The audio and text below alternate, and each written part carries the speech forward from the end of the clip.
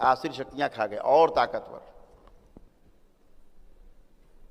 आज का जो युग चल रहा है, जो समय चल रहा है, आप देखिए पूरे विश्व में केवल और केवल और केवल मारकाट मची हुई है। छीना झपटी, मार काट, लूट पाट के अलावा कुछ नहीं हो रहा पूरी दुनिया में। सारे प्राकृतिक संसाधन में लूट पाट मची हुई है।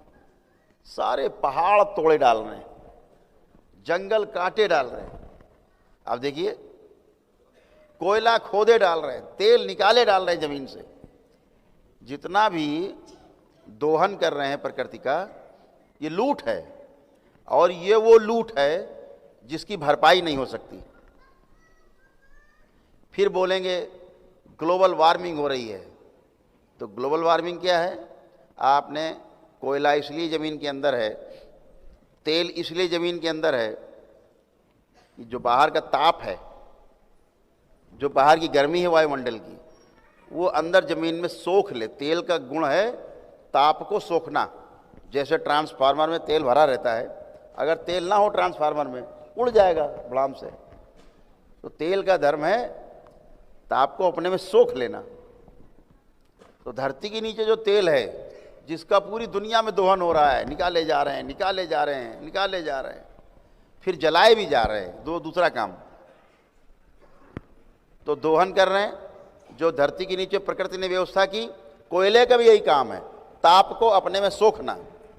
पेड़ों का भी यही काम है, ताप को वायुमंडल से अपने अंदर लेना, जड़ों के द्वारा जमीन तक अंदर पहुंचा देना। ताप, जमीन खोदेंगे जड़ों के पास, गर्मी मिलेगी आपको।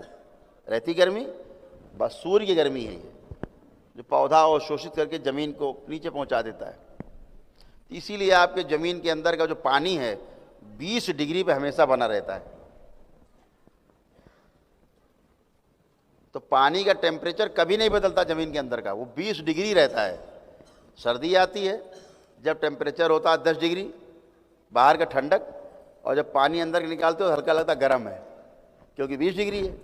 और जब गर्मी आती है तो अंदर का पानी 20 डिग्री है, तो ठंडा लगता है। बाहर है 40 डिग्री 45 डिग्री, तो निकाला बड़े बड़ा ठंडा पानी है।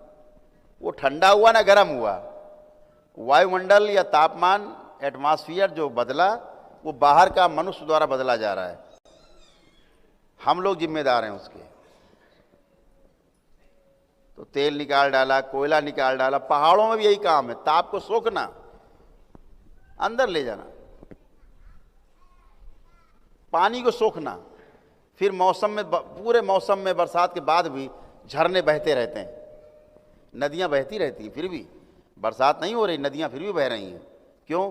पहाड़ों ने पानी अवशोषित किया है, फिर तापमान के अनुसार पानी को उत्सर्जित कर रही है। बॉक्साइड होता है एक तत्व होता है, एक धातु होती है, उसको बोलते हैं बॉक्साइड, जिससे हिंडालियम वगैरह वह सब बनता है। उस धातु का धर्म है जल को सोखना, गर्मी पाकर धीरे धीरे धीरे उसको उत्सर्जित करना, जल को बाहर निकालना पहाड़ों से। हम जाते थे जब अमरकंटक, तो वहां मैंने देखा चेक डैम बन रहे थे। तो हमने कहा भाई ये क्यों बन रहे हैं, पहाड़ों में चेक डैम की क्या जरूरत, यहां तो ऐसे ही पानी रहता है, झरने बहते रहते हैं। कहे नहीं साहब अब झरने सूख गए हैं। तो वाकई में झरने सूखे हैं, 90% अमरकंटक के झरने सूख चुके हैं। जहां 24 घंटे झरझर झरझर झरझर पानी बहता रहता था। क्यों सूख गए पता है? आदमी की व्यवस्था समझ लो। हम लोग क्या करते हैं, एक धातु है बॉक्साइड, जो जल को सोखने का धर्म है उसका, वो वहां बहुत है। हमारे पूर्वजों ने, हमारे ऋषि मुनियों ने अपने अनुसंधान में ये पाया कि एल्युमिनियम नाम की धातु को अपने भोजन में, खाना पकाने आदि में, पानी तक रखने आदि में प्रयोग नहीं करना है। तो हमारे यहाँ आपने देखा होगा अपने सनातन धर्म में, हिंदुओं में खास तौर से, कि एल्युमिनियम के बर्तन प्रयोग करने का रिवाज बिल्कुल नहीं है।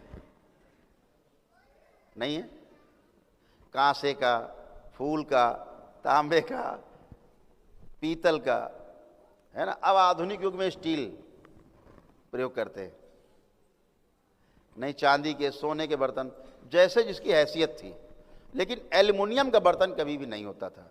एल्युमिनियम का बर्तन केवल एक जगह प्रयोग किया जाता था, वो जेल में। कैदियों की उम्र कम हो जाए, कैदी बीमार रहें, रोगी बने रहें, ज़्यादा पौष्टिक ना हो, भोजन खूब करें, लेकिन पौष्टिक शरीर ना रहे, पौष्टिकता ना मिले शरीर को,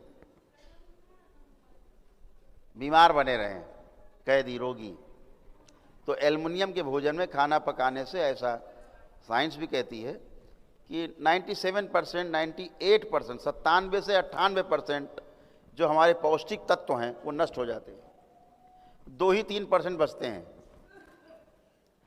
और ऐसा बर्तन जिसमें कोई पौष्टिक तत्व एक भी नष्ट नहीं होता है, वो है मिट्टी के बर्तन।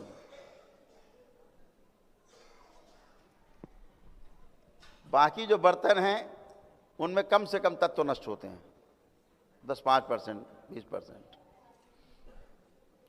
तो हमारे वैज्ञानिक जो थे, ऋषि मुनि लोग थे, उन्होंने कहा नहीं भैया, ये वाली धातु तो पहाड़ों से निकालना मत, ये तो जहर है।